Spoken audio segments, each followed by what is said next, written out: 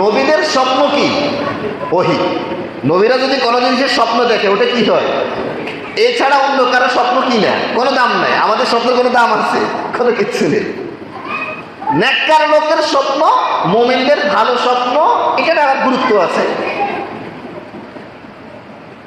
আপনি কেউ যদি স্বপ্নে দেখে যে শয়তান, সে স্বপ্নে দেখছে সে অমুক দরবারে অমুক দরগায় পশু মান্যত করতেছে, এটা পালন করা যাবে? যাবে না। শয়তান মানুষকে স্বপ্নে বিভিন্ন জিনিস দেখিয়ে মুশরিক বানায়। শয়তান অনেক সময় স্বপ্ন দেখায় যে তুমি কি করো, দাড়ি কেটে ফেলো, দাড়ি না রাখলে তোমার জন্য ভালো। এই স্বপ্ন মানা যাবে না। ঘুমন্ত অবস্থায় একটা জিনিস দেখেছেন, ওইটা দিয়ে শরীয়ত বিরোধী কোনো কাজ করা যাবে না।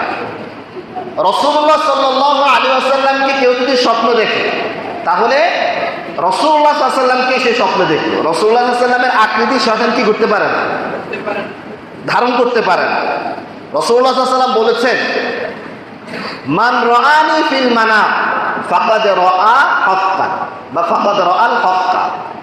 যে আমাকে স্বপ্নে দেখলো সে বাস্তবিক পক্ষে আমাকেই দেখলো। ফাইন্নাশ শাইতান লা ইয়াতামাসসালুনি, কারণ শয়তান আমার যে আকৃতি, রাসূলুল্লাহ সাল্লাল্লাহু আলাইহি ওয়াসাল্লামের চেহারার যে আকৃতি, ওটা কি করতে পারে না, হুবহু ওই আকৃতি ধারণ করতে পারে না। অতএব কেউ যদি স্বপ্নে রাসূলুল্লাহ সাল্লাল্লাহু আলাইহি ওয়াসাল্লামকে দেখে, তাহলে রাসূলুল্লাহ সাল্লাল্লাহু আলাইহি ওয়াসাল্লামকে সে স্বপ্ন দেখবে।